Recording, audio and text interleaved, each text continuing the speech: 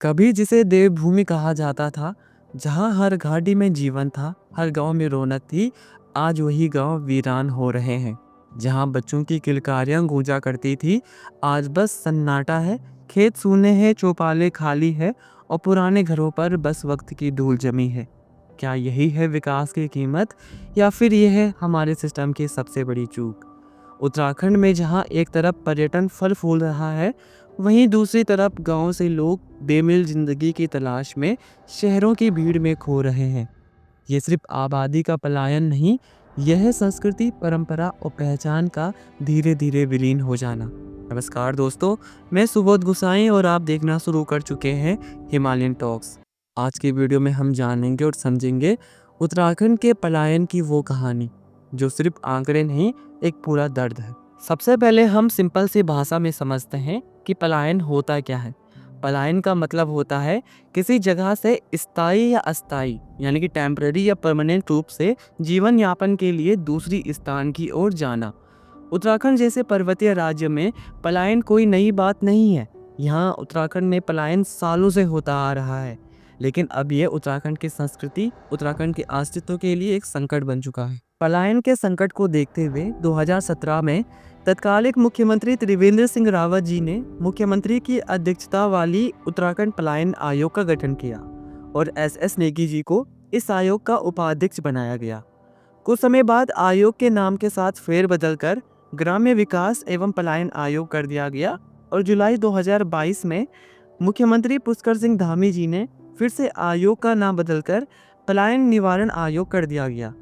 उत्तराखंड पलायन निवारण आयोग का मुख्यालय पौड़ी गढ़वाल में है और विडंबना इस बात की है कि राज्य में सबसे ज़्यादा पलायन पौड़ी गढ़वाल में ही देखने को मिलता है। 2018 से पहले राज्य में हर रोज 138 लोग पलायन करते थे, पर उत्तराखंड सरकार के विकास के दावों के साथ ये आंकड़ा 223 पार कर गया। यानी 2022 तक राज्य में प्रतिदिन 230 लोग पलायन कर रहे थे। ये सब कुछ मैं नहीं कह रहा हूँ, ये उत्तराखंड सरकार खुद पलायन आयोग की रिपोर्ट के जरिए बता रही है। इसी रिपोर्ट के अनुसार 2018 से 2022 तक उत्तराखंड राज्य में 3,35,841 लोगों ने पलायन किया और इन 4 सालों में पलायन में 67% की वृद्धि हुई। 2022 तक उत्तराखंड राज्य में 1726 घोस्ट विलेज सामने आए, यानी ऐसे गांव जहां से पूरी तरह पलायन हो चुका है और एक भी घर ऐसा नहीं बचा जहां लोग रहते हों।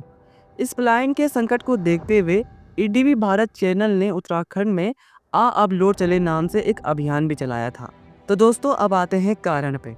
आखिर उत्तराखंड से इतनी बड़ी मात्रा में पलायन हो क्यों रहा है? आयोग की रिपोर्ट के अनुसार पलायन का सबसे बड़ा कारण रोजगार बताया गया। लगभग 50% लोग रोजगार के चक्कर में पलायन करते हैं। जहां पहले उत्तराखंड के गांव में रह रहे लोगों का पालन पोषण अपनी खेती से हुआ करता था, आज वहां के लोग रोजगार के चलते दूसरे बड़े शहरों में बस रहे हैं। इसमें किसकी विफलता है? वहीं 15% शिक्षा और 8.8% स्वास्थ्य सुविधाओं की कमी के कारण पलायन कर रहे हैं। अगर हम शिक्षा की बात करें तो धीरे धीरे उत्तराखंड के गांवों में प्राइमरी स्कूल बंद होते जा रहे हैं। 250 से ऊपर स्कूल बिना शिक्षकों के चल रहे हैं और 3500 से ऊपर स्कूलों में एक ही टीचर सारे सब्जेक्ट्स को पढ़ा रहा है। कई लोगों को अपना इलाज करने के लिए मीलों की दूरी तय करनी पड़ती है।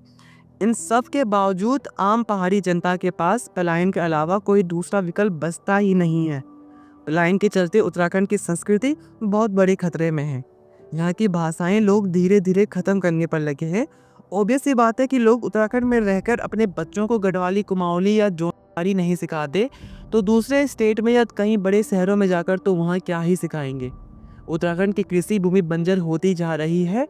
यहाँ के पहाड़ी शैलियों में बने घर सुनसान और बेजान हो चुके हैं। उत्तराखंड सरकार ने पलायन को कम करने के लिए कई योजनाएं लाई, जैसे होम स्टे योजना के तहत पर्यटन को बढ़ावा देने के लिए ग्रामीण क्षेत्रों में स्थानीय घरों को पर्यटन होम स्टे में बदलना और रोजगार और स्वरोजगार को बढ़ावा देना, और वन डिस्ट्रिक्ट वन प्रोडक्ट योजना, ई गवर्नेंस जैसी पहलें, मुख्यमंत्री स्वरोजगार योजना, स्टार्टअप नीति या बिजली, पानी, मोबाइल टावर जैसी मूलभूत सुविधाओं का विस्तार किया जा रहा है। वहीं 2025 में घोस्ट विलेज को पुनर्जीवित किया जा रहा है। सरकार ने घोषणा की है कि जिन गांव में 50% से ज़्यादा लोग पलायन कर चुके हैं, उन 100 गाँव की क्लस्टर बनाकर मॉडल विलेज के रूप में विकसित किया जाएगा। और ऐसे उत्तराखंड सरकार की ढेरों योजनाएं हैं जो प्रत्यक्ष या अप्रत्यक्ष तौर पर पलायन से जुड़ी है। इन सारी योजनाओं का उत्तराखंड पर क्या फायदा हुआ है, इन सब के साक्षी आप हो। पलायन को पूरी तरह खत्म करना शायद एक बहुत लंबी प्रोसेस हो सकती है, लेकिन इसे कम जरूर किया जा सकता है, क्योंकि अगर हम कुछ भी बदलाव चाहते हैं तो हमें खुद से शुरू करना होता है, चाहे वो कोई भी बदलाव हो। अगर आप उत्तराखंड के बाहर कहीं नौकरी या पढ़ाई करते हैं तो अपने गांव से संपर्क बना के रखें, अपने गांव जाते रहें, उत्तराखंड के लोकल चीज़ों या बिजनेस को प्रोत्साहित करें, जैसे उत्तराखंड के मिलेट्स या कोई भी चीज़ और बहुत सी चीज़ें हैं जिनके जरिए हम अभी भी उत्तराखंड से बहुत हद तक पलायन को कम कर सकते हैं, क्योंकि फ्यूचर में जो आपकी जनरेशन्स होगी उन्हें वापस आना ही पड़ेगा। याद रखिए, सरकारें योजनाएं बना सकती हैं, लेकिन अगर हमें अपनी जड़ों को बचाना है तो पहल हमें ही करनी होगी, क्योंकि गांव खाली हो रहे हैं। अगर इरादे बढ़ जाएं तो जीवन फिर से लौट सकता है। तो आज की वीडियो में इतना ही, मिलते हैं दूसरी वीडियो में। अगर आप हमारे चैनल पे पहली बार आए हो, चैनल को सब्सक्राइब कर दें, बेल आइकन को प्रेस कर दें, ताकि हमारी नई वीडियोस की अपडेट्स आपके पास सबसे पहले पहुंचे। हमें इंस्टाग्राम पे फॉलो करना ना भूलें, जिसका लिंक आपको हमारे डिस्क्रिप्शन में मिल जाएगा। धन्यवाद।